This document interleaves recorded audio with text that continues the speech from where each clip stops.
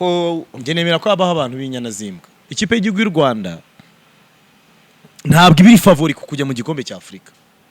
Iramutse igiye mu gikombe cya Afurika yaba ari surprise continentale. Abantu bose bo muri Afurika bavuga ati mwamenye ko n'igihugu cy'u Rwanda cyagiye mu gikombe cya Afurika. Warubaje uti iri tsinda twaribonye gute? Ni itsinda rikomeye kubera ko u Rwanda rworoshye, ariko ni itsinda rikinika ugereranyije n'andi matsinda. Ndabisobanura muri ubu buryo. U Rwanda rugize ibyaha kubura umunyamakuru mwiza. Sinishimiye uburyo bamwe mu bagize umuryango amagambo ye bavuze menshi nyuma yo kwigendera kwe. Burya n'igisambo iyo kigendeye mu kifuriza neza.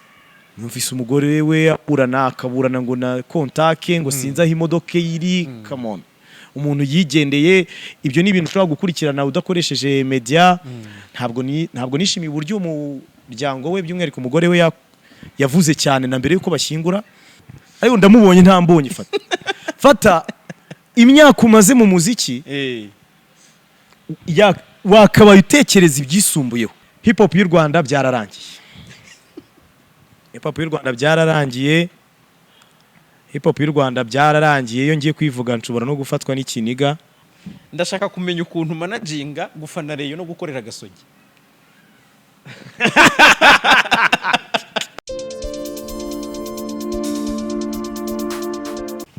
Right, JALAS Official TV turabasuhuje, twizere ko mumeze neza cyane, twizere ko muri amahoro aho muherereye. Hanyuma uyu munsi kuri kamera zacu twazanye umuvandimwe dusangiye umwuga, ariko abenshi mumenyereye cyane muri sport, mu mikino niho abarizwa, nicyo gisata bamo cyane. Ngabo Roben Tigre hari umukinnyi witwa Byiringiro Rage. Umvise ukuntu rivuze? Ntabwo azi niba ari Lage, niba ari Lage, niba ari Hage cyangwa ari Hage. Ni ibintu bire bishoboka. Hari ubwo ujya kubona ukabona uburyo izina ryanditse we ubwe yanditse rangufi. Mu gihe cyo tubona mu byangombwa no mu makipe uburyo babyanika ukabona bandika indende. Ku buryo ubu byaratuyebe.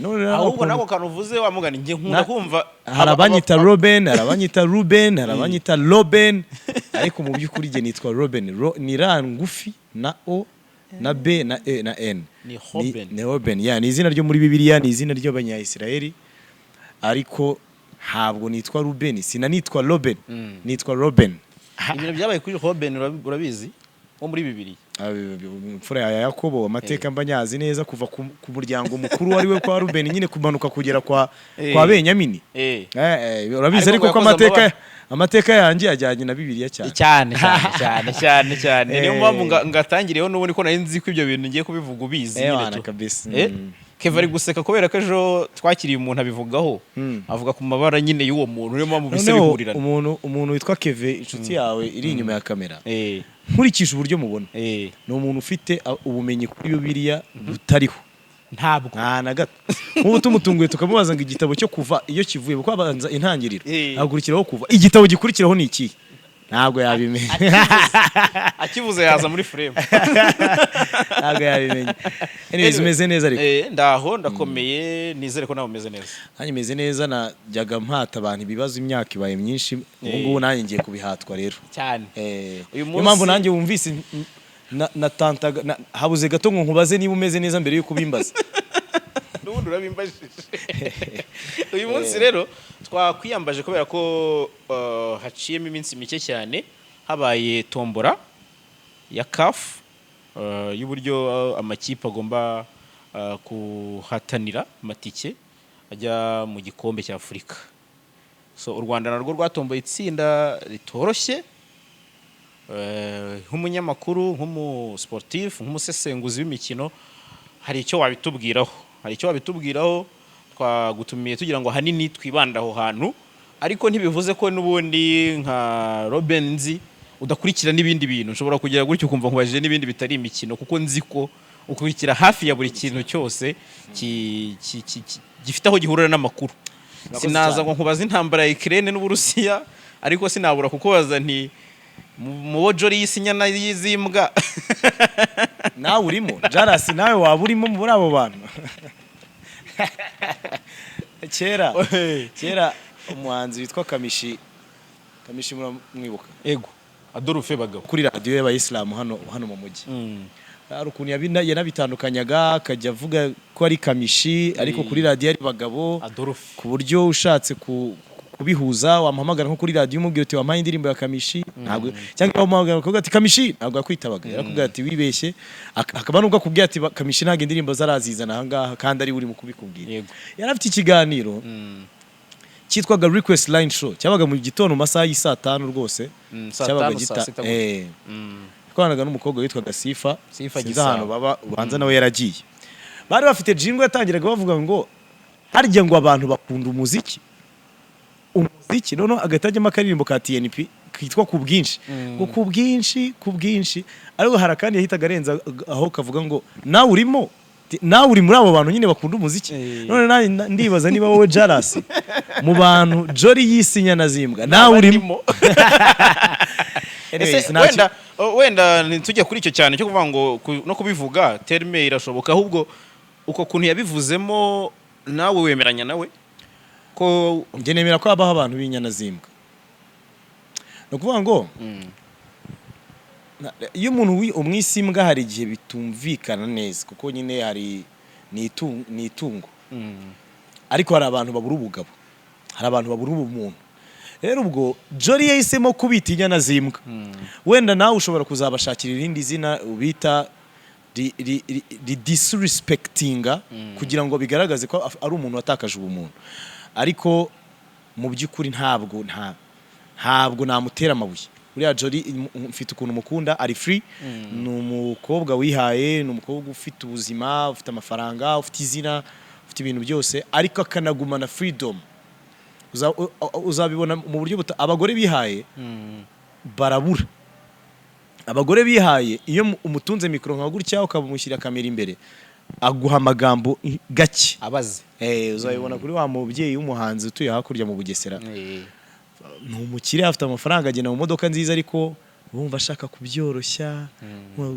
akabitandukanya n'ibyo twari tumuziho muri za 2010 akora azakomeza ariko ngubu yaratuje cyane jori rero ngenda mukunda iyo murimo muganira aguha vibe rero yabise inyana zimbwa kuko ariko bibona nge nta kibazo mfitanye urumva context yabivuzemo n'ubundi yatuma twibaza se ku bakobwa bo n'ishyashya kuko urumva yaravuga ati hari igihuro n'umugabo akakubera inyana y'imbwa abakobwa bo n'ishyashya ku buryo twavuga ko abo bagabo ari bo babi gusa nta gihe umukobwa washobora kukubera mubi jori yavugiraga abakobwa n'abakobwa si shyashya ariko we yavugiraga hari akantu abakobwa bagira ubanza twabuze bagira solidarity uzi ukuntu uzi bagira nka trend kuri Twitter yitwa ngo men are trash ngo batakama abagabo cyane bakerekana uburyo abagabo ari amadiable ari ikibazo gikomeye ariko ako kantu bo barakagira ko speaking out bakerekana uburyo abagabo babananiye ariko abagabo kuko ari character na nature yabo uburyo abagabo duteye uburi controller buryo umugore abakobwa umukobwa yakunanira nubwo umugore yakunanira abagabo bakunda kubigumana cyane kuko abari we controller nuvuga ngo ni uba wa failinza hanini uzasanga kenshi n'umugore yakunaniye ntago uzaza ngo ubimbwire uzapfusha ubyihorere ariko uri umukobwa umugabo akakunanira ikintu cya mbere ukora no guhita ujya kubibwira inshuti n'abavandimwe n'abantu kuba umugabo ari controller nicyo gituma no kuba abagore atari shyashya bitagaragarira isi muri rusange usanga abagabo bakunda kuvuga reka tubyihorere tubakontrole nagiye kumuhitamo muzi umugore yakunaniye ari gihe bibikosa ryawe ngo ntiyagiye kumuhitamo se tubivuga tubimubwira cyane ariko umugabo yakunaniye babyita ngo yarahindutse babyita ngo yaje kuba umusinzi babyita ngo yaje ngo kujya mu ndaya ngo gutyo baramurose ari umukinnyi w'umupira w'amaguru ntago ndi bumuvugeho yakoze ubukwe akora ubukwe ari mu ikipe imwe mu zikunzwe ahangaha inafite amafaranga amaze kubukora itashwana nayo ajya mu yindi nayo ikunzwe ifite amafaranga mo gake none nayo yayivuyemo yagiye mu yindi ikunzwe ariko idafite amafaranga umugore we ajya abwira abantu ati jye n'umugabo wanjye baramuroze kubera ukuntu nyine ajya ashwana n'abantu agaserera bagapfa ubusa avuga ko umugabo wabona bamuroze. Rero hari igihe abagore bavuga ko bakuroze, ariko iyo wowe utakaje girlfriend, iyo utakaje umugore bikugarukaho cyane, biragukonsaninga cyane ku buryo kumuvugaho no kumwataka biragorana. So Jolly kuba yaravuze ati hari abagabo b'inyana zimwe babaho, barahari, babura ubugabo, babura ubumuntu. Hari n'abagore batari shyashya, ariko uzasanga abantu bafite abagore batari shyashya batabivugaho cyane. Okay. Nagira numve igitekerezo bitangaho kuko nziko uba wakurikiye kandi ufite uko ububyumva. Reka tujye ku cyatuzinduye. U Rwanda ruzarusyaho itsinda bararibonye. Ntiryoroshye. Nabonye na fixtures zasohotse. Wabonye ukuntu bipanze. Wabonye uradushyirahe. Ikipe y'igihugu y'u Rwanda.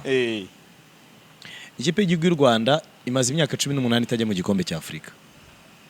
Ariko mbere yuko ijya mu gikombe cya Afrika cya 2004 twaba turi kubara imyaka 18, yari imaze imyaka kuva muri za 78 yatangiye gukina umupira w'amaguru kugera mu 2004. Urumva yari imaze imyaka 30 irenga itajya mu gikombe cya Afrika. So the time turi kubara ngo imaze imyaka 18 itajya mu gikombe cya Afrika, ntitukajye tugira ngo yahoze ijyayo none bikaba byarahagaze. Yagiye inshuro ibi. Ikipe y'igihugu y'u Rwanda ntabwo ibiri favori ku kujya mu gikombe cya Afrika. Iramutse igiye mu gikombe cya Afrika yaba ari surprise continentale. Abantu bose bo muri Afrika bavuga ati mwamenye ko n'igihugu cy'u Rwanda cyagiye mu gikombe cya Afrika, nkuko twabivuga ejo buri ku birwa bya Comore yanageze yikitwara neza, nkuko twabivuga ku bihugu bito bijye mu gikombe cya Afrika. Mauritania muri 2019 niyo yavugwaga, ubu yaragarutse, ntago bikiri inkuru. Za Gambia hari ibihugu birimo bijya mu gikombe cya Afrika ku nshuro yabyo ya mbere. U Burundi 2019 mu Misiri bujyayo bwa mbere. Yaba ari surprise igarukaho n'umugabane wose kurusha uko twakwibaza ngo ese ni ngo kuki amavubi atajya mu gikombe cya Afrika. Ese asanzwe ajyayo? Oya, nukubaka duhereye ku busa. Niyo mpamvu patience ari kimwe mu bintu abanyarwanda bagomba kwiga bakanabimenyera. Warubaje uti iri tsinda twaribonye gute? Ni itsinda rikomeye kubera ko u Rwanda rworoshye, ariko ni itsinda rikinika ugereranyije n'andi matsinda. Ndabisobanura muri ubu buryo. Ikipe y'igihugu y'u Rwanda iri mu makipe 10 ya nyuma muri Afrika. Mu bihugu 52 bikina umupira w'amaguru muri 54 bigize umugabane, batondeka 24 bijya mu gikombe cya Afrika. Ntitujyemo uyu munsi n'ejo bundi buriya. No kuvuga ngo turi muri 30 kuzamura. Niba turi mu bihugu bya nyuma rero, itsinda iryo ryose tugiyemo tuba turi underdog. Uraza ko mu gihe tombora arimo kuba na ndimo nterera akajisho ku yandi makipe, mvuga ngo ko iyi kipe igiye ari ukuntu kafu itondeka amapots cyangwa se udukangara. None ukajya uvuga ngo okay, ubwo Maroc ivuyemo ubwo bivuga ko tutari buyitombore, ubwo dusigaje hagati y'iyi n'iyi. Inshuro zose ubwo natekerezaga ngo dushobora gutombora iyi, nararebaga nkavuga ariko dutomboye n'iyi byaba byiza kurusha. Itsinda ryacu ni itsinda ribi kuko tworoshye, ariko rikaba ari itsinda ridafite icyo ritwaye ugereranyije n'ayandi. Nararebaga nkavuga nti ndamutse nifuje, kuko njya kwifuza nashakaga abastari, abaga nti tubona itsinda ririmo ikipe byibura imwe y'abastari yaduha show kuri stade tuzajya kureba abakinnyi bakomeye. Iyo twarayibonye ya Senegal. Nje nibyo nifuzaga, navugaga n'ubundi ushobora gutombora Burkina Faso ikaguteraho manda we nta n'abastari wabonye. Nashakaga ko byibura ikipe ya mbere izari y'abastari. Nashakaga hagati ya Maroc, Misiri, Senegal, Nigeria, ibi bihugu bikomeye. Hanyuma ayakurikiraho rero iyo navugaga ntibaduhe ayoroshye. Uramutse ugiye gusaba amakipe yoroshye, reka mbabwira amakipe yakurikiraho muri class muri level 2. Level 2 yari irimo Sierra Leone. Level 2 yari irimo ikipe y'igihugu ya Cape Verde, irimo Kenya twahoze mu itsinda rimwe muri Confederation nako muri World Cup qualifiers. Harimo Guinea, harimo Ghana, harimo Uganda, harimo ibihugu nka za Ngabo, harimo ibihugu nka za Afrika y'Epfo. Urumva uburyo ari ibihugu binini biremera ugereranyije na Benin baduhaye. Yego. Ku buryo bakubwiye ngo ntituguhaye Ghana, ntituguhaye Guinea Conakry, ntituguhaye Afrika y'Epfo, tuguhaye Benin. Wavuga uti ntaribi. Harimo amabura buriso. Hanyuma level 3 iyo nakwita nka poti ya gatatu. Ni poti yarimo za Togo, irimo za Namibia, irimo Malawi, izi zivuye mu gikombe cya Afrika, harimo Angola, harimo ikipe nka za Gambia, harimo za Mauritania izo zimaze gukina ibikombe bya Afrika bibiri biheruka, harimo ikipe y'igihugu nka za Zimbabwe zivuye mu gikombe cya Afrika badoye Mozambique nayo nta gikombe cya Afrika iheruka, nayo ni ingenzi yacu bahora barira. Yes, bafite abakinnyi bakomeye bakina hanze, ariko level y'igikombe cya Afrika nabo bayumva nkatwe. So uramutse urujya gusaba igikombe itsinda ry'imikino ryoroshye, ntago wabona itsinda ryoroshye kurusha iryo turimo.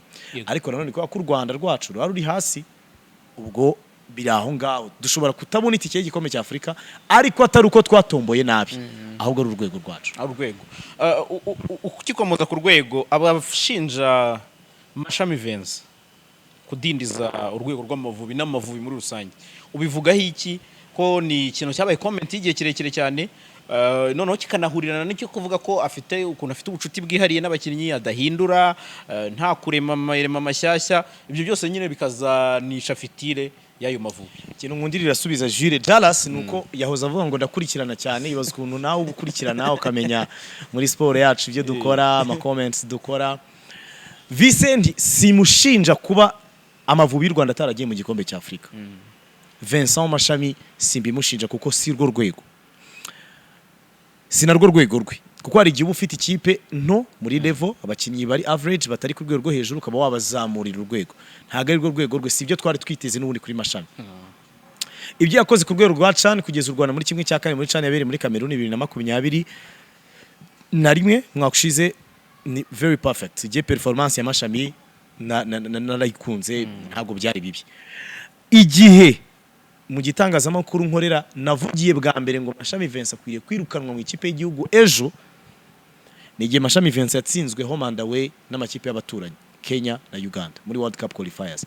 Ko Mashami Vincent igihe yatsindwaga na Mali, igihe yatsindwaga na Côte d'Ivoire, Kigali turabyibuka Olivier Kwizera Cenga Jonathan Koji akamwambura umupira, igihe yatsindwaga na Guinea Conakry na Bikeita, igihe yanganyirizaga i Butare na Central Africa y'aba Geoffrey Kondogbia. Kugera icyo gihe navugaga nti ni urwego rw'Amavubi, ni Geoffrey Kondogbia urimo hangana na Butera Andrew, ni Mediane irimo ba Frank Kesi urimo hangana Bizimana Jihad. Mvuga ngo ni urwego rw'Amavubi twatsindwa kuko banatsindira n'ahandi, ariko kuza gutsindwa home and away na Uganda ya Fahad Bayo, kuza gutsindwa home and away na Kenya, nahise mvuga ni oya, ahangaho umutoza ashobora kunanirwa gutsinda abari kuri 90 kuko twe turi kuri 40, ariko gutsindwa home and away no uri kuri 50, ngo ngo ubonaniye gukurura byibura ngo mujye kwegerana, yatushe umutozi bayabuze. No mu ma interview ye, mu ma discours yavuga ngo muranenga muranyataka, ese ninde ntahamagaye, ninde ntakinishije mu bahari mu Banyarwanda. Umutoza si uguhamagara gusa, umutoza no gutoza, noneho babandi wahamagaye kubabyaza umusaruro bizamo. Nibwo navuye kuri Mashami Vincent, gutsindwa na Uganda na Kenya mu Rwanda ni ibintu intolerable ku Banyarwanda, ariko siwe nashinja kuba tutarajyaga mu gikombe cya Afrika muri imyaka 4 yamaze atoza Amavubi. Amanota yesi meza cyane, ariko nta nubwo ari namabi cyane kubijyanye na performance. Harako waruvuze kimibanire ye n'abakinnyi, aho ngaho niho ngiye kumwamburira amanota burundu, nkanahamya ko yakabaye yarirukanwe mu 2019, yahawe kazi 2018, ahabwa amasezerano y'umwaka umwe, 2019 yakabaye yarirukanwe. Mashami Vincent asize ikipe y'igihugu mu kwezi kwa gatatu. Uwo mutoza mushyashya Carlos Ferrer umunya Espagne agiye kwifata mu kwezi kwa gatanu, nibwo agiye gutegura ikipe izakina mu kwezi kwa gatandatu. Mashami Vincent yakoresheje groupe y'abakinnyi batarenga abo yahamagaraga abakinnyi benshi buri gihe, ariko abo yakoreshaga n'abakinnyi bake cyane. Abakinnyi bake badatanga umusaruro, batsindwa buri gihe, abakinnyi bake batarimo bategurwa mu hazaza. Ejo muri ikipe y'igihugu ya Espagne ijya gukina Euro, yaratunguranye nihamagara Sergio Ramos, kapiteni w'ikipe ya Real Madrid, umwaka wabanje watwaye Champions League, watwaye La Liga, umukinnyi w'izina ukomeye. Mutoza wayo Luis Enrique yaricara avuga ati ntawe mpamagaye, yaricara avuga ati nta mukinnyi wa Real Madrid mpamagara numwe, ndatwara abapeti batoya nsindwe, ariko ndaba ndi mu ntegura igikombe cy'isi cya Qatar. Uyu mwaka Espagne mu gikombe cy'isi izabiteye ubwo. Abapeti bitwa ba Gavi, abapeti bitwa ba Pedri, abapeti bitwa ba Eric ukina muri Axe Central ya Barcelona baguze muri Man City, yaricaye ategura kandi ka generation k'abakinnyi y'imyaka 20-21 bazatanga umusaruro mu 2022, bazaba bafite 23-24 imyaka yo gukina umupira w'amaguru. Bitandukanye n'ibyo Mashami Vincent dukoreye, kuko uyu munsi Jacques Tuyisenge na Meddy Kagere yakinishaga match zose uko zakabaye izibi za gicuti zibi za biki ntago bashoboka ntago baboneka. Jacques byararangiye, Meddy muri Simba ntakina, ushobora no kumuhamagara ariko kumwitega wa musaruro ni ntabwo wakomeje kwanga ugereranyije byakomeje kwanga. Bishoboka ko Mashami yari ko yarahamagaye Mugunga akamuha amahirwe agatsinda ibitego, birashoboka kuko akamenyera niyo equipe akamenyera niyo level. Bishoboka ko yari ko yarahaye amahirwe abakinnyi bandi batari babandi batari Haruna batari abado Salomon Irisarike. Uyu munsi dufite crise muri axe central, twaze tuvuga ngo Amavubi ntatsinda ibitego ngo ariko ngo dufite defense nziza. Uyu munsi none nta defense yari. Emery Bayisenge yagiye gukina muri Bangladesh mu bahinzi b'umuceri nk'aya masaha rwose kuri aya manywa ubu barimo barakina. Bakina ku manywa mu gitondo cya kare shampiyona yabo bikinwa. Bangladesh shampiyona wavuga ngo ugiye guhamagarira mu mukino. Emery Bayisenge ari mu bameri bitera atsinda ibitego ubwatsi, ibaze nawe ibaza ahantu Emery Bayisenge atsinda. Yarabafatiranye. Uwo si umukinnyi wahamagara mu ikipe y'igihugu. Abdul Rwatubyaye afite imvune izatuma agaruka mu mupira w'amaguru bitari imbere y'ukwezi kwa 8. Uwo si umukinnyi wahamagara mu ikipe y'igihugu. Salomon Irisarike amezi 3 yaravunitse, yatangiye imyitozo yoroheje, nabonye ejo mu ikipe ya Urar tuye muri pana Macedonia cyitwa ngo iki cyara gihugu cyabo cya Armenia, muri Armenia ni hakina. Nabonye batangaza ko yagarutse mu myitozo, ariko nyuma y'amezi 3 adakina umupira w'amaguru kubona playing time kuza guhita yongera agafatisha birasaba igihe. Uwo si umukinnyi warambirizaho. Manzi Thierry akina mu ikipe ya Forces Armées Royales yo mu gihugu cya Maroc Faraba ntakina arambirizaho. Nukuvuga ngo biraza kurangira umudefenseur central rukumbi u Rwanda rufite wakina umupira w'amaguru ni Mutsinzi Ange ukina muri Portugal mu cyiciro cya 2 mu ikipe yitwa Trofense, ni ukina wenyine. Nawe Mashami ntiyamugiriraga icyizere, nawe ntiyamukinishaga. Nukuvuga ngo ari mu bashya, ari mu bakinnyi twakwita bashya kandi amaze n'igihe akina. Amavubi y'u Rwanda twagira tuvuga ngo twabura ibindi ariko ntitwabura amazamu. Yo kwizera tuzi byabayeho, ariko match ya 2 muri Rayon Sport ibizazane biracyamukurikirana. Olivier Kwizera n'umuntu ukora imyitozo agakina neza, mugiye mu mukunze cyane agahita ahagarika imyitozo amezi 2 ukamubura. Olivier uyu munsi ntiwamurambirizaho. Emery mvuye kure guhera mu kwezi kwa 11 nta kipe afite, yatandukanye na Tusker Football Club muri Kenya, ari i Kigali nyamubona akora imyitozo ku Kicukiro, nta kipe afite. Uwo si umukinnyi wahamagara ngo uramurambirizaho. Kimenyi Yves we ni comedy aba yimo yikinira muri Kiyovu, ari mu ikipe ikomeye, iri mitsinda, iri muri forme, bameze neza, ariko icyitwa umupira wamugezeho uburi bujye mu izamu ntaga batabara ntaba saving.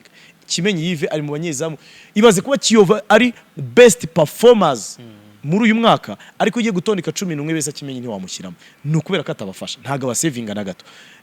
Uwo ngo ntiwamurambiriza mu ikipe y'igihugu. Bakame yarakuze, ikipe y'igihugu yacu yaragira noga byararangiye, ubu ngo nukubaka from scratch, kandi ibyo ngibyo nibyo nshinja Mashami Vincent. Nubwo atagiye mu gikombe cya Afrika ariko yariko yarakoze transition, avuga ati nuzaza azasanga ari cyo nubatse ntabyo yakoze. Akaba ari nacyo gishobora kuba cyarateye cyangwa se cyaraturutse kuri ubwo bucuti n'imibanire yagiranaga nabo bakinnyi. Ntabwo niyo mbona ubibonamo cyangwa wenda nukubatinya kuko nabyo byaravuzwe. Ntabwo ari by'ubucuti. Mashami hubwo arubaha kakabye. Mashami yaba bakinnyi bitwa ba Meddy, bakinnyi bitwa ba Jacques, bakinnyi bitwa ba Haruna, abakinnyi bitwa ba Salomon bakiniye Amavubi kuva 2011, n'abakinnyi yakuriye mu biganza. Uziko kuri bavuga ngo umuntu ngo yakuriye mu biganza bya runaka, aho kugira ngo bamukurire mu biganza bakora, we yakuriye mu biganza byabo kuko yaje ari abasimya mu ikipe y'igihugu, yaje abasanga mu Mavubi, bagenda bamubwira babigenza batya, match babigenza gutya, hakurikira yiki, bafata amatelefone ryari kugira ngo abakinnyi bataza kuranga. Ibyo ni Haruna ubyikorera. So yubashya abo bantu biramurenga, ni over respect. Yarabubashya arakabya, bituma rimwe na rimwe yibagirwa ko umusaruro yabitegaho mu gihe kiri imbere ari ntawo, yibagirwa ko bakuze, yibagirwa ko akeneye gukubaka indi generation. Yarabubashya arakabya. Sintekereza ko ari Mashami n'umuntu uri integre, n'umuntu w'umunyabwenge, n'umuntu wize, n'umuntu w'inyangamugayo. Sintekereza ko ari byo bavuga ngo na amafaranga muha oya. Amafaranga se mu ikipe y'u Rwanda, iyo ugiye muri camp y'equipe nationale y'u Rwanda bagutanga 1,100. 1,100 kimwe 2,100. Ayo niyo wajya gutanga. Iyo ugiye muri yo mu voyage baba frais d'émission 500. amadolari 500 amafaranga make. Prime wenda yo mwavugana ko prime ejo bundi muri cani babonye prime hafi 10,000 by'amadolari, ariko se ni bangahe abo ngabo turimo dushinja ko akinisha batabikwiye? Nta nubwo banakinnye izo match za cani. Ntabwo ntekereza ko ari aferi y'amafaranga, ahubwo arabubaha agakabya kuko yakuze muri coaching abareba bakina umupira. Icyo kintu kijyanye no kubaha abakinnyi umuntu agakabya wenda kugira batumva ko ari ukukivuga kuri mashami gusa, umutoza wa Paris Saint-Germain ntago aricyo cyamugonze. Umutoza wa Paris Saint-Germain ntago aricyo cyamugonze we, ahubwo niyo yashaka guhangana nacyo ntago bishoboka ko ubuyobozi bwo bimutegeka. Paris Saint-Germain ntago ari ikipe, yes barashaka Champions League, ariko barashaka no kugurisha iriya image ya Paris cyane, ku buryo uramutse wicaye ukavuga ngo ngewe akinisha abakinnyi benshi batadefanda, Messi, Neymar, Mbappé, Di Maria, hari gihe bari muri nka batanu, none balance ikabura bikarangira batsinzwe ibitego byo kubura abadefanda, kubera ko burya bakubwira ko mu mupira w'amaguru ifite abakinnyi barenze babiri batadefanda mu ikipe yawe yapfuye. Peje rero iyo ushatse kutabakinisha murashwana n'ubuyobozi. Umutoza Thomas Tuchel w'ikipe ya Chelsea Football Club ari muri Paris nicyo bapfuye, yageze aravuga ngo umuntu uzajya ujya mu birori mu cyumweru cya match tukabimenyetso yatumwicaza. Yabivuze nk'uyu munsi mushiki wa Neymar afite anniversaire mu cyumweru gitaha, yatumiye Paris Saint-Germain yose bose bajyayo, abura ukuntu abicaza. None aravuga ati jewe sindi bwicaze ikipe yose kuko hafi ya bose bagiyeyo, ndicaza wabatumiye Neymar. Byarangiye yiruka kubera nyine bakeneye iyo image, bamuguze bashaka ibikombe, yes, ako bakeneye iyo image. Bitandukanye na Mashami rero, Mashami we nta kintu cyo guproteja gihari, ndetse akeneye image Haruna Niyonzima na Tuyisenge ngo bigende gute, biracuruza sereka da. Pari buriya bakubwira ko Pari ku kijyanye n'amafaranga ihagaze neza. Niyo mpamvu financial fair play tabagonga, bashora amafaranga menshi ku isoko ariko baranacuruza. Ariko bitandukanye no mu Rwanda Mashami Vincent wese nta kintu cyo nta mpamvu yo kuba proteja yari ihari nimwe, ahubwo niwe ubwe wagize faiblesse, niwe ubwe wagize intege nke, birangira abaryamyeho abagumaho abastickingaho kugera dutsinzwe nitwanubaka. Yego ntarirarenga rero, kandi burya bajya bavuga ngo ashirira mu biganiro nka Ngabo Roben wavuze uti itsinda turimo rirashoboka, ni itsinda rishoboka. Ku nama yawe cyangwa se wenda uko ubyumva, hakorwa iki kugira ngo Amavubi azagire ukuntu yitwara kwiza gutanga umusaruro? Mbese ntibibe bya bintu byo kuvuga ngo tugize Imana turanganya, itsinda rirangiye dufite amanota 2 yandi yo mu rugo yo kunganya nabwo bya burembe. Duhe nk'umuti nk'umuntu birebera mu mboni zagutse. JALAS nta kipe nimwe muri Afrika yirabura, muri Afrika yo munsi y'ubutayu bwa Sahara ijya mu gikombe cya Afrika ijyanye abakinnyi bakina imbere mu gihugu, ntayo. Byaba kuri Misiri, byaba kuri Maroc, byaba kuri Algeria, byaba kuri Tunisia, nubwo nabo batangiye guhindura, usigaye ubona ari bisa nk'ari 50-50, bafite benshi bava mu Bufaransa, mu Bwongereza n'ahandi, nabo batangiye guhindura. Byaba kuri Ethiopia na Sudan, ni ibihugu bibiri byo mu ihembe rya Afrika bijya bishyiramo imbaraga ukabona bari qualifié kubera ko amakipe yabo ari organisé, ariko byaranze kuri Afrika y'Epfo. Afrika y'Epfo ntabwo ijya mu gikombe cya Afrika kandi ari ikipe ikomeye, kandi ari ikipe ifite Mamelodi Sundowns, ari ikipe ifite Orlando Pirates, bagera mu matsinda na za kimwe cya kane cya Confederation na Champions League, ariko ntago bajya mu gikombe cya Afrika. Byaranze. Igikombe cya Afrika na amakipe 28 afite abakinnyi bakina heza kurusha handi kwisi, aheza kurusha handi kwisi umupira w'amaguru ni Burayi. Mu gihe cyose uzumva tuzaba tukigendera kuri abakinnyi bo muri Kanyarwanda, mwirwa mukubitana imitego, ukata boîte mugahura, ukata mu kabari kaye mugahura, ujya muri show ahantu house party ugasanga ni uhari, ntabwo tuzanye mu gikombe cya Afrika. Ikintu dusabwa nicyo twabigiriyemo inama Federation y'umupira w'amaguru mu Rwanda inshuro nyinshi gihe kirekire.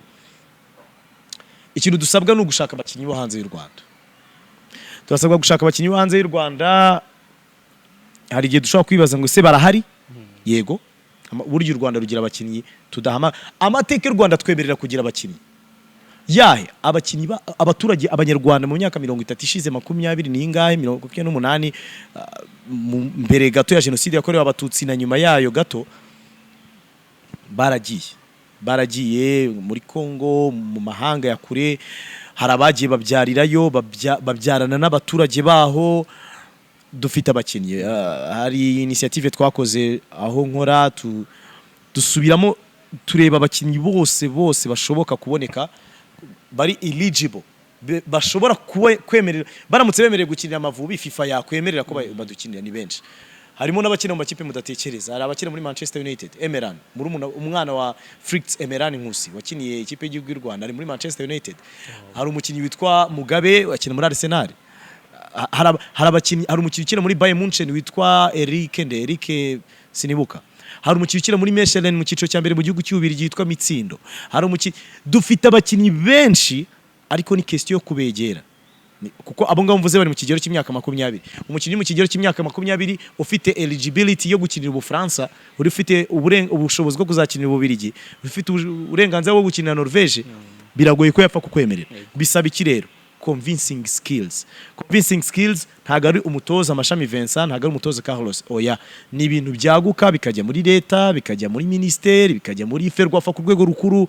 Hahandi wumva ngo president wa federation yafashe indege yigira yajya kubaganiriza ko ni ibintu bizama ababyeyi cyane, abavuye mu Rwanda babaye badakunze u Rwanda kuri ubu, kujya kubumvisha ko u Rwanda ari amahoro, u Rwanda nta kibazo, hari working opportunity, ari ahantu umuntu ashobora kugenda agashakira amafaranga bigakunda. Ibyo byose nibyo bigenda bigakonvenka umukinnyi kuba yaza gukinira u Rwanda. So dukeneye abakinnyi bakina hanze y'u Rwanda, bakina mu mayikipe yo ku mugabane w'Uburayi, baza gufasha ikipe y'igihugu y'u Rwanda kugira ngo ihangane na Benin kuko nayo ni kwimeze. Benin buriya nayo nta mukinnyi w'ikotono hari n'umwe, bakinisha abakinnyi bo hanze ariko bo mu byiciro bya kabiri mu Faransa, mu byiciro bya kabiri mu Bubiligi n'ahandi nkaho ngaho. So dukeneye abakinnyi bo hanze y'u Rwanda. Nabonye umunyamabanga wa Federation y'umupira w'amaguru mu Rwanda Muhire Henry yaragiye ku mugabane w'Uburayi gushaka abo bakinnyi. Hari amakuru hari yuko hari abo yabonye, tutegereje kureba umusaruro wabo ngabo, ariko igihari nuko dukeneye kwibagirwa ko abakinnyi bo muri Kiyovu na Rayon Sport bakujyana mu gikombe cya Afrika. Dukeneye ku approaching abakinnyi bacu bari ku mugabane w'Uburayi. Iyo ni option 1. Option 2 yakoreshejwe n'ibihugu bitandukanye birimo ikipe y'igihugu ya Cape Verde, ikipe y'igihugu ya Guinea Equatoriale, barayikoresha cyane kandi bahora mu gikombe cya Afrika. Mujya mubyumva, nuko naturaliza kwicara ukavuga toke twebwe biragaragara ko nta bakinnyi baduha umusaruro wihuse dufite, tugiye kujya ku mugabane w'Uburayi tureba abakinnyi bakina mu Bufaransa, bakina muri Portugal, bakina mu Bubiligi, bakina he, batazakina ibihugu byabo. Babiri batatu baze bazamure level y'ikipe y'igihugu. Turabikora muri basket, dukinisha abanyamerika. Ni iki cyatuma muri football ho tutabikora? Niba basket uyu munsi no muri 2004 byatanze umusaruro. Hari umuntu wita kubwira ngo ariko ngo urumva 2004 twari tuvuye muri genocide, abaturage ari bake, ababishoboye ari bake, ubutwara ababonye. Kuki muri basket bakibikora? Kuki muri basket uyu munsi bagitanga ibyishimo? Kandi akari naho aboneka uwo musaruro, niho hagaragara uwo musaruro. So ntekereza ko ni option B, mu gihe batekereza bakabona byashoboka kunaturaliza nabyo bya umusaruro ikipe y'igihugu. Ariko kuza kumbwira ngo umukinnyi wo muri Mukura, wo muri Reyo, muri izi Kiyovu, muri izi AP zitarenga round ya mbere muri Confederation, muri Champions League bazajya mu gikombe cya Afrika, I'd say no. Okay. Ngira ngo umuti ni uwo nguwo cyangwa se inama ya Ngabo niyo, ubwo ababishinzwe nibageraho. Inama ya kabiri, hari inama ya gatatu ubwo, ariko yo si inama yo iki gikombe cya Afrika cyo muri Côte d'Ivoire 2023. Ni inama yo gukora ama centre de formation yacuruza abakinnyi ku rwego rwo ku mugabane w'Uburayi. Ni inama yatanga umusaruro mu bikombe bya Afrika byo mu myaka 8 iri imbere. Kuko muri Senegal barabikoze, bafite ama centre de formation gurisha abakinnyi ku mugabane w'Uburayi. Ubu ngo barahamagara ku mugabane w'Uburayi bakabona abakinnyi benshi bavukiye Senegal, bagiye bafite imyaka 10-15, ubu bashobora kugaruka bagakina ikipe y'igihugu. Ibyo ngibyo rero byo ni projet z'imyaka 10, si ibintu umuntu yavuga ngo tuzajya mu gikombe cya Afrika muri Côte d'Ivoire tugendeye kuri iyo nama n'ubundi nakwitiya gatatu. Yego. Aha, hanyuma wenda prediction iremewe ubwo dusoza no kuri iyo ngingo. Muri football nzi ko yemewe, ufite uko bisura yawe uko bibona. Duhe prediction. Hari tandukanyo hagati ya prediction na wish. Wish, okay, kora wish bas. Wish yanjye nuko twaba kabiri. Wish yanjye nuko twaba kabiri, ari inzira mbona byashoboka yo kwifata tukavuga ngo Abatanzania bazanye iterme inabafasha cyane, by'umwihariko ikipe yabo yitwa Simba. Baravuga ngo hapa kwa Mkapa hawatoki. Ngo stade yabo yitwa Benjamin Mkapa Stadium. Ngo ahangaha kwa Mkapa kuri stade ya Benjamin Mkapa nyine ntibahava, ntibahikura niyo byagenda gute. U Rwanda rushyire iyo politike bavuga ngo Bene i Kigali ndayitera, Mozambique i Kigali ndayitera, Senegal i Kigali ndashaka rimwe wenda ko burya Senegal ifite ubushobozi bwo gutsindira hariho hose.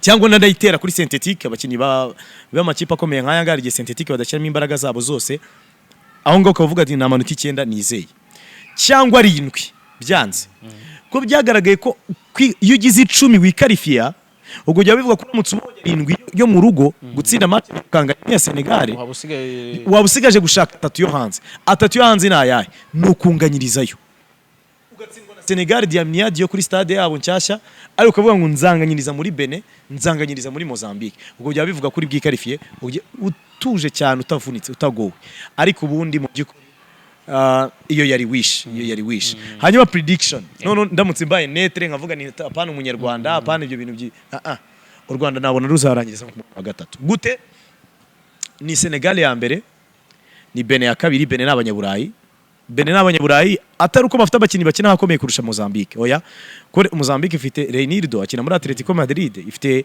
uwo bita Michel akina muri Bordeaux bafite abakinnyi bakomeye pe ariko ni baki n'abakinnyi babiri batatu abandi bose baba bakini wabo Costa del Sol baba bakini wabo muri zo bita za Liga Sportive de Musulmana baba bakina muri za Afrika y'Epfo muri za Bidvest yahinduye izina ntabwo ari ikipe yadukanga kuko twaranakinnye ejo bundi muri Afcon qualifiers zeruka twayirangirije imbere twarangirije ku mwanya wa 3 barangiriza ku mwanya wa 4 byashoboka ko abo ngabo twabajya imbere ariko Benin ubo ntibafite abo kuri iyo class ariko bafite benshi ikipe yose bikina mu Bufaransa muri Turkiya muri Norvege bose aho ngaho rero niho ntekereza ko Benin yatuza imbere tukaba ba gatatu Mozambique ya kane ariko natekereza ko Benin yabuze itike y'igikombe cya Afrika giheruka natekereza ko Mozambique yabuze itike y'igikombe cya Afrika giheruka natekereza ko Senegal yagitwaye ubwo abasigaye twese turi mu cyiciro kimwe navuga n'uyu mutoza n'abatayari shobora kuzatungurana tukaba ba kabiri wenda tukaba twaje mu gikombe cya Afrika nubwo mbiha amahirwe make. Okay. Nibyo ngibyo ubwo wenda ni na wish ndetse na prediction nayo urayivuze ubwo tuzareba kizaharaninga either wish cyangwa prediction byose tuzabyakira. Ni football niko bigenda ntabwo ari intambara n'umukino. Turi gusoza ariko sinabura kugenda ntakubajije kuri nyakwigendera umunyamakuru Celestin nawe urisha amaboko kuko mufite ikigo mwahuriyemo TV1 na Radio 1 hari urwibutso rwihariye yaba yaragusigiye nka Ngabo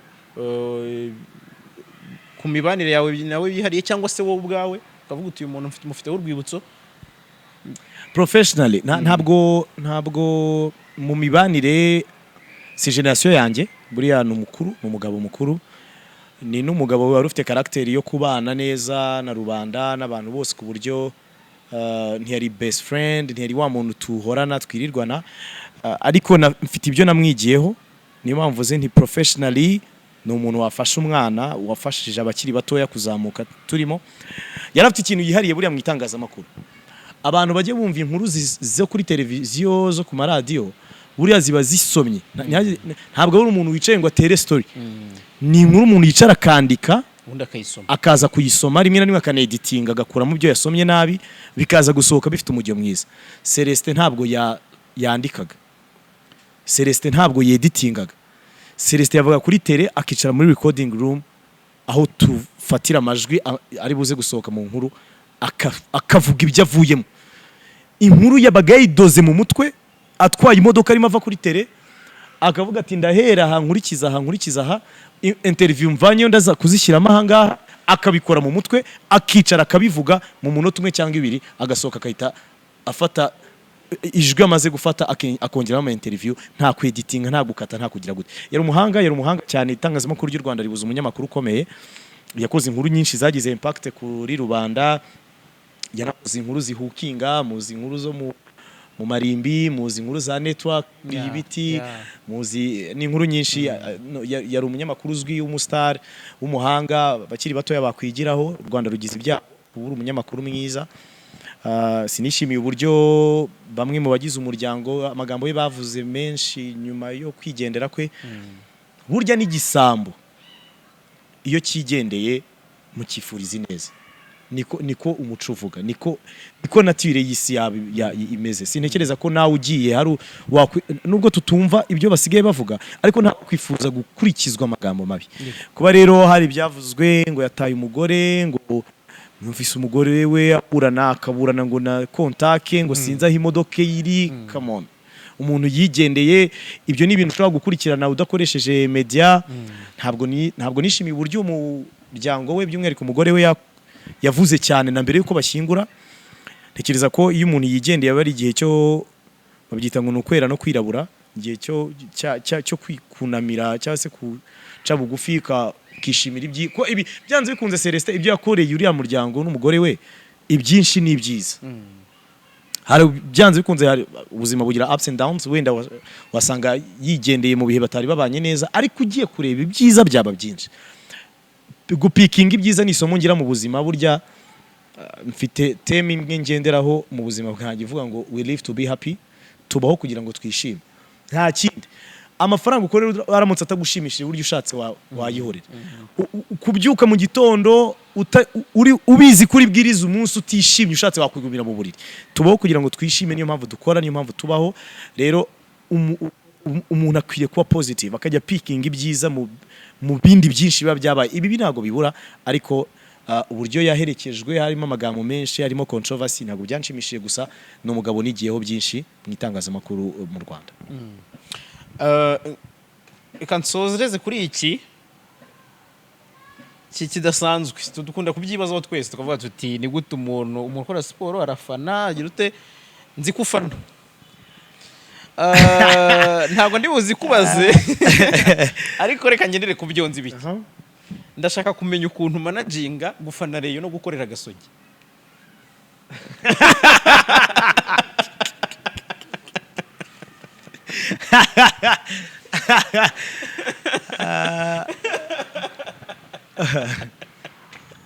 gufana Reyo na APR na Kiyovu na Mukura n'izindi kipe zo mu Rwanda no gukorera Gasogi ko ndazifana rwose pe nkunda umupira w'u Rwanda nkunda anyways reka mbe realistic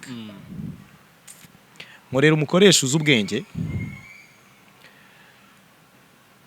nkaba nanjye ndi umukozi udafite akazi ko gufana no kuvuga ngo inshingano zanjye n'akazi kanjye si ugufana amakipe ntabwo ari gushyigikira iyi ngiyi cyangwa iriya mfite inshingano zo gutangaza amakuru nataye kandi nacukumbuye nakoreye ubugororangingo bityo rero ntihazagire umunyamakuru wa siporo kubeshya ngo ntafite ikipe afana mu Rwanda nta n'umwe bose umunsi umwe nawe uzagenda ubatumira bose ugenda umena hanze nk'uko ubikoze umuntu ajya kuba umunyamakuru wa siporo yabanje kuba umukunzi w'umupira w'amaguru umuntu aba umukunzi w'umupira w'amaguru yabanje kugira ikipe afana umuntu aba umunyamakuru wa siporo afite imyaka 20 kuzamura avuye kuri kaminuza none igihe yafanaga ajya mu mastade biriya bintu byose tuvuga bisaba background bisaba kuba warabibayemo icyo gihe byanze bikunze ufite ikipe wafanaga ariko ntabwo mfite akazi ko gufana so kuri mikro nta hantu hamwe ikipe yari yose nakuze nkunda ya peering nta hantu hamwe kuko ushobora kuvuga gutyo ngo nkunda Rayon Sport ariko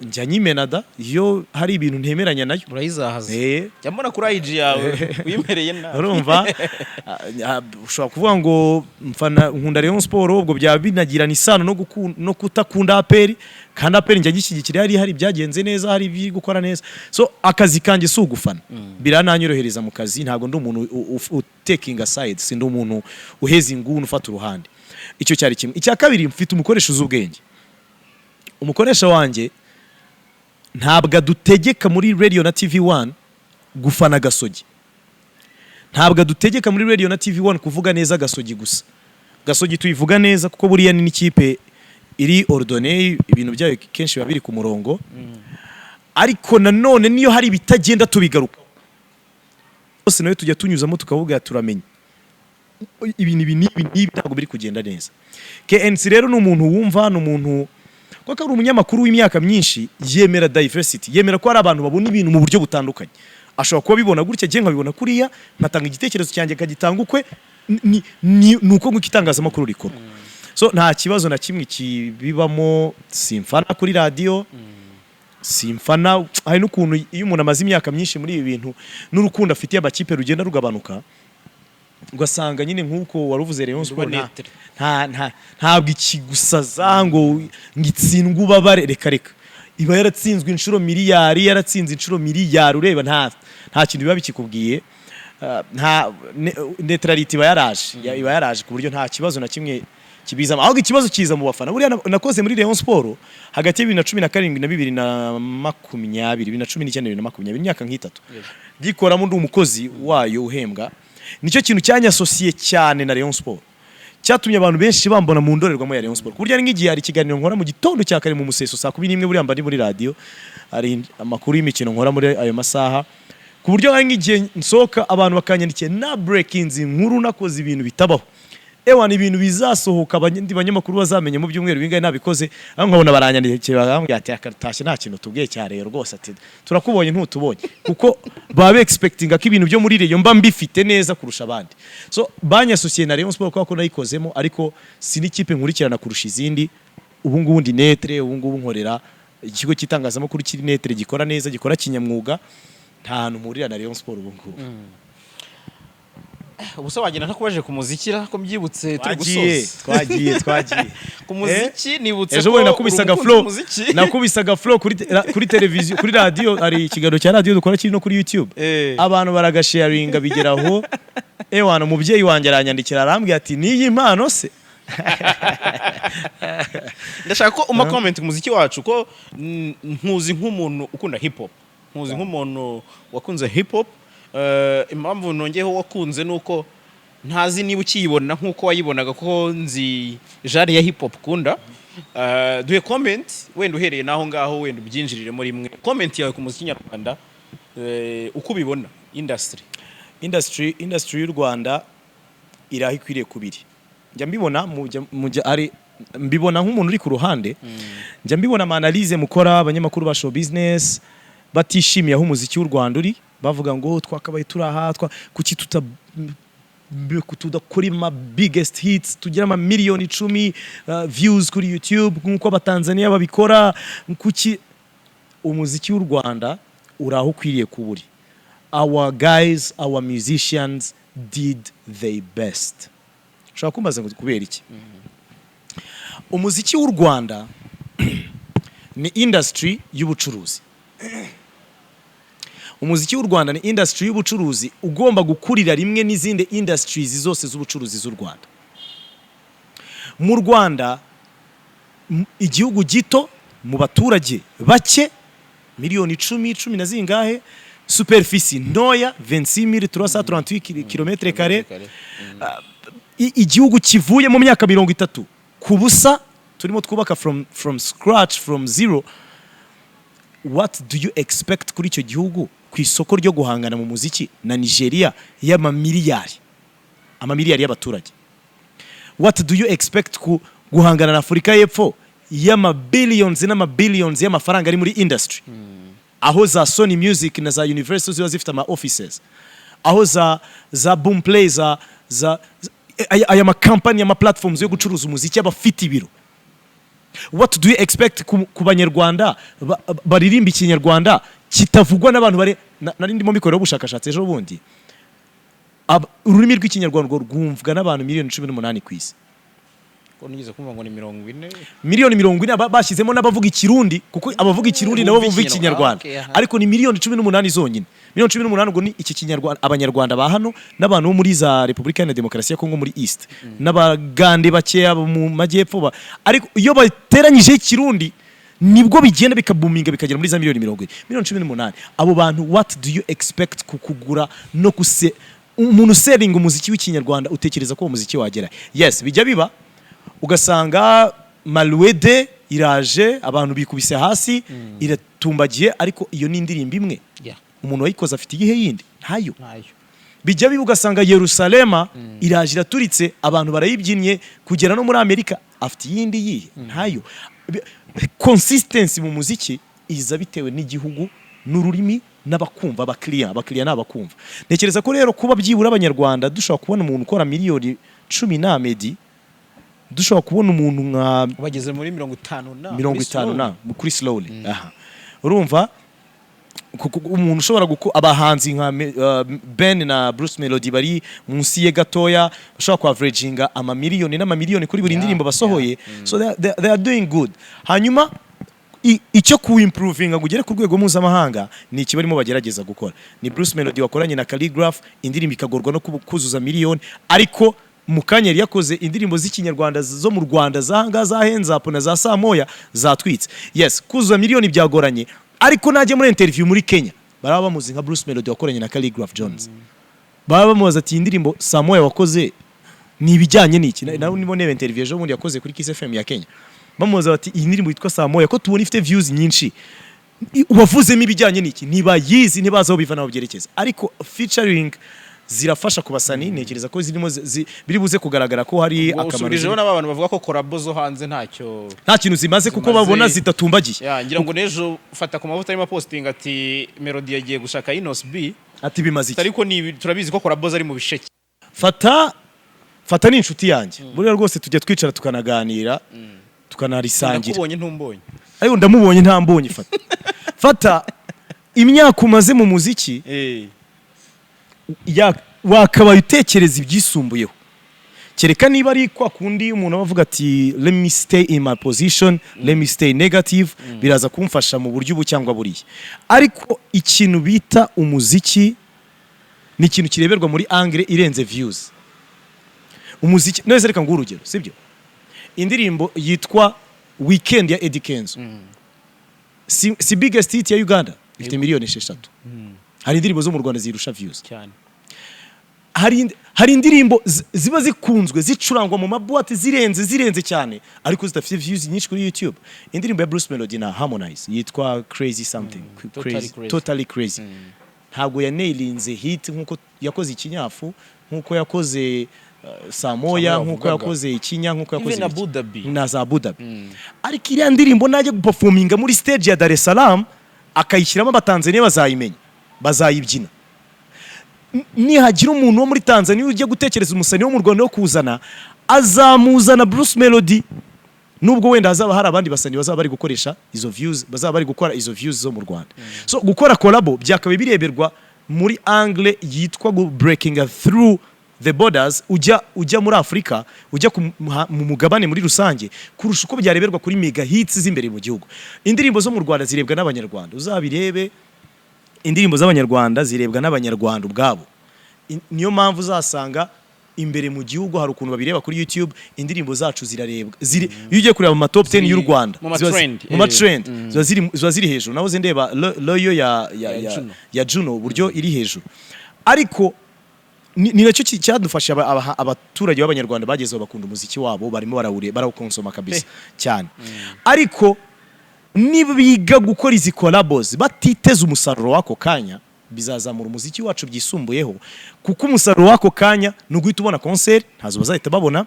umusaruro wako kanya nuguhita ubona views zikwinjiriza amafaranga kuri online platforms ntazo bazabona ako kanya ariko hari akazina byongeraho Bruce Melody muri interview ejo bundi yakoze muri Kenya nibwo nabibonye na za Uganda bamubwiye ati tuzi indirimbo zawe eshatu Catherine ni yandiri imeze nka za Malode yijyana ugashiduka yaragiye ukabutaza uburyo yagiye Catherine yarijyanye Catherine ntabwo yayisubiramo ntiyakubwira ngo ejo nzogira ngo ndirimbe imeze nka Catherine bazi Catherine bazi irimo na cya Giswahili n'icyongereza bazi sawa ko kirimo Calligraph Jones banamenye ingirimo Harmonize izo ndirimbo zindi z'imbere mu gihugu cyacu cy'u Rwanda tubyina ni izacu rero umuziki w'u Rwanda uri gukura hari urwego uri kuvaho naho uri kujya urwego uriho nirwo yakabaye iriho industry yacu kuko nta mafaranga tugira nta mafaranga igihugu cyacu ni gito kiracyarimo kwiyubaka ntabwo ntekereza ko umuziki wacu wakabaye uri ku rwego rwisumbuye kuri urwo nubwo tukirimo kubaka akora izo collabos wenda bizakunda hip hop wagarutseho ari nayo tugiye gusoreza ahari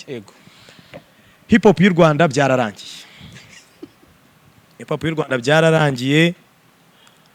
hop y'u Rwanda byararangiye iyo ngiye kwivuga nshobora no gufatwa n'ikiniga man ngiye mfite umuziki wa hip hop mu mutwe wanjye n'umusore w'imyaka mike 20 na taragera muri 30 indirimbo za hip hop nafashe mu mutwe ubanza arizo zatumye ntajya na Harvard ntajya na za Cambridge kuko nari mfite ubwenge bwinshi ku ishuri ariko nari nzi indirimbo za hip hop Tough Gang mfite mu bwonko Next the General Riderman kugera ku bantu bitwa ba Kelly hari umuhanzi witwaga Kelly wakoze nk'injyana za Contact wakoraga kuri Contact FM kera yikoraga indirimbo nawe za hip hop korana ba King James kera ba Dani nanone K8 abantu bitwa ba Bubbly abantu bitwa ba NPC nafashe mu mutwe indirimbo z'abaraperi bo mu Rwanda ndakabye gusa byarangiriye rimwe ntekereza ko umwaka wa 2014 ariho hip hop yari irangiriye kuko yapfuye 2012 itandukana rya Tough Gang bamaze gukora album mu Ruhengeri yo muri top 5 sai bakoze za Maniga yanjye amaganya n'izindi zose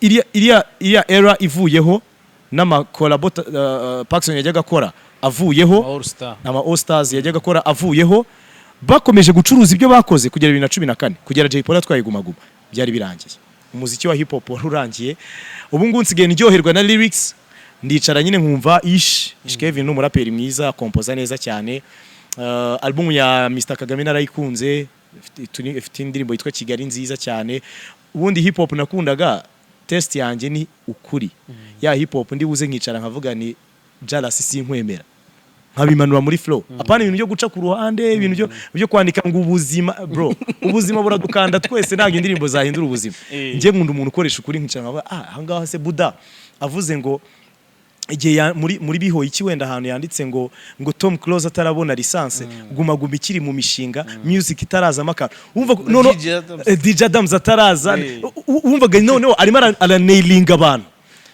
indirimbo yitwa Kigali ya Mr Kagame numvisemo ahantu yashyizemo bampora iki nubwo atabikubwira atakwicara ngo abikubwire ariko hari uburyo yagiye anosha ku bantu n'utuntu tumaze iminsi tuvugwa kuba trends mu by'ukuri ndaryohewe umuziki w'u Rwanda urandyoheye hip hop y'u Rwanda yasubiye inyuma ndimo ndaryoherwa n'abasanyi bashyashya Mr Kagame se yatumufata mu bashyara oya aramenyereye ariko hip hop ayikora rimwe na rimwe album ya hip hop yakoze yarandyoheye cyane Kevin yarandyoheye sinkunda trap sinkunda drill zino ndirimbo zabo ntago ziri real cyane ziri urban cyane n'izabana bize mu bigo bikomeye ari n'umupeti wanabyanditse witwa Kenny Keshat yaravuze ngo banenga ko nkoresha English nyinshi umva ukuntu mba mbikurikirana afite verse bivuga mu ndirimbo ibanze yitwa Ibitambo urumva sindbikunda rero iriya style sinyikunda cyane si yanjye ngende wa street kabisa ariko hari bamwe rero bandika ibintu nkunda nka nyine Kevin afite indirimbo yitwa intro cyangwa kuri album y'Inshyashya avugamo we ubwe himself aravuga ngo ndafunguwe ariko sindi buze niriza nandika iziriza abafana ubwo yavugaga yavugaga Davis D aho ngo uhita ubyumva iyo niyo hip hop rero kubitamo abantu ugenda ubanosha bakubita usigare witurije urumva avuga ati gendi rasta ubwo ibyo kuba rasta n'ibindi byakurikiyeho byose yagiye asobanura bijyana nabyo nawe ari real iyo niyo hip hop nkunda niyo mpamvu Kevin arandyoheye album ya Mr Kagame irandyoheye kongeraho n'abandi bake ariko hip hop yasubiye inyuma cyane ku buryo nka kuno kuntu Fireman ari gukora collabos turaryoshye ako Fireman nawe nkumva nibaza se Fireman ntese ko nta YouTube channel arayigira se Fireman ya uploading indirimbo se kuri kunuza ya studio kuri Hobbies ngo Hobbies niba ari Hobbies ni Homies nibaza Fireman aragarutse afite lyrics za atari ndamwemera ariko nta platform ze icyo kintu tunye gicekinga ewan Skoko Fireman nta channel agira YouTube channel agira wo birebe je nakubwiza ukuri JC yaraje akora mbaka turishima turavuga ati atari indirimbo y'umuriro byagenze gute nyuma yaho byararangiye so hip hop yararangiye yacu mu by'ukuri ariko ndyoherwa n'ibihari ubu ngubu nafashe umwanzuro wo kumva na R&B kera twazitaga iz'abapede ariko ubu nafashe n'umwanzuro wo kuryoherwa na za R&B abantu bitwa ba Kenny Soul abantu bitwa ba Juno Kizigenza barandyoheye ari n'ukuntu mbona lifestyle yayo najya kumera nk'iy'abaraperi so I'm very happy for the music we have today ndishimiye level umuziki uri mugeraho umuntu witwa FATAKUMAVUTA wowe Grand frère urambabaje rwose niba uri muvuga ngo collabo nta kintu zimaze Inos B Diamond na Inos B usibye kuba baratumbagije views kuba barakoranye collaboration byatumye Diamond penetrating mu banyekongo abona ibiraka byo gucuranga muri Kongo nabyo yari kuzagira ariko byamwinjije kuri platforms zo muri Kongo so Bruce Melody ashobora no kwikora nticemo ntibinaryohe ninakundwe ariko muri Kongo bazamenya ko hari umusani wo mu Rwanda yitwa Bruce Melody asante sana Ngabo ndagushimiye wakoze kwemera ubutumire bwacu katuganiriza ahanini twagira ngo dusesengure ibyivubi nkunda kumva iyo terme muyikoresha n'ibindi wenda tukubazeho kubiba bivugwa biri mu muziki n'ama trend ndagushimiye asante sana